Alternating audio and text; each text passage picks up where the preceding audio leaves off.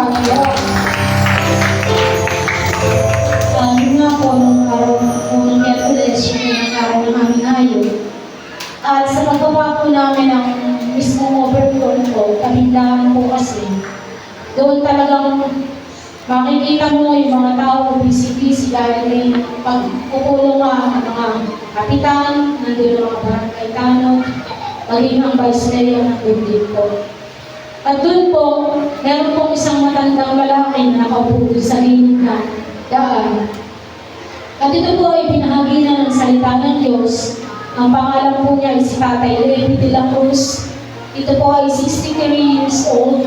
Doon po siya ibinahagi na ng salita ng Diyos, pinanyayahan sa darating na April 26, magkakaroon ng gawain. At doon po ang matandang ito ay talagang pakinig na pakinig siya. At doon sinabi po niya siya po ay may sakit sa bato sa abdong.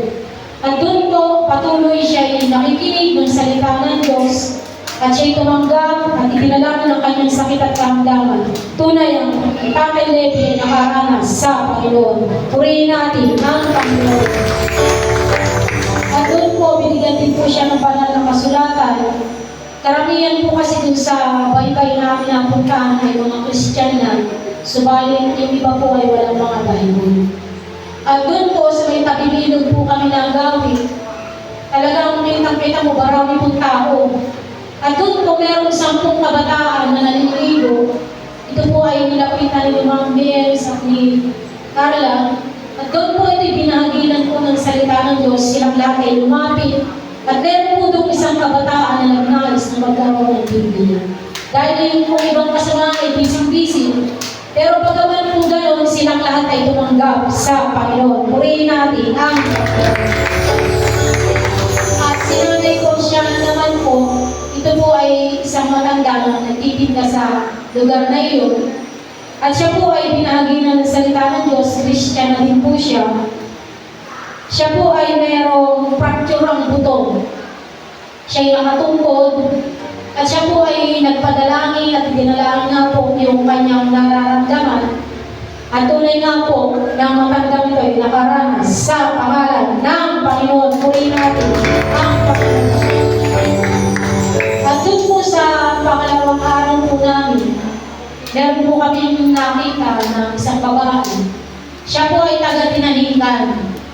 Ang sabi nga namin, nagkaroon na po kami ng gawain sa lugar na iyon. Siya po ay nagbabahay-bahay, nangihingi po siya ng tulong. Ang sabi po niya sa amin, ang kanya daw po anak ay nasa lugar ng ospital. At ito ay binahagi na ng salita ng Diyos. Siya'y pakinig na pakinig. At doon sa kanyang pagtanggap sa Panginoon, iyak siya ng iyak. At doon, sabi nga niya, ang aking anak po ay may sakit.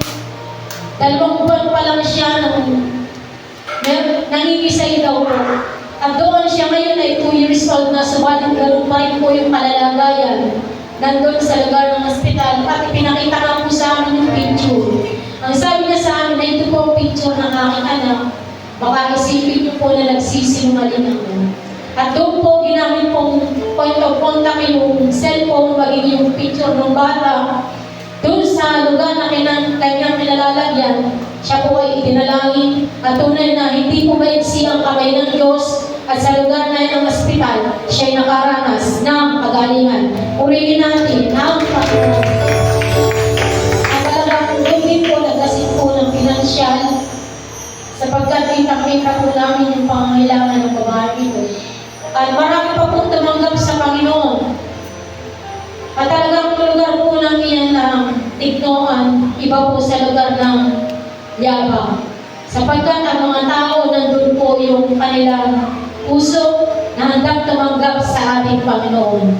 At yun din po kapatid yung kapitbahay ni Ate Jasmine na nagtitinda ng tuyo. Siya rin po ay tuwang-tuwa at nangihinga po ng Bible. Ang sabi pa niya, ito po, meron pa po ba, paibigin po yung aking kapatid na babae.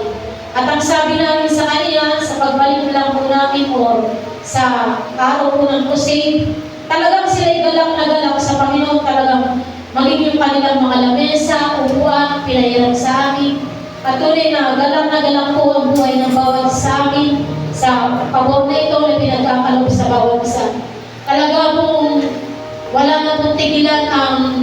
sunod na ito sapagkat simula Lunes hanggang Sunday na po, wala akong pahinga.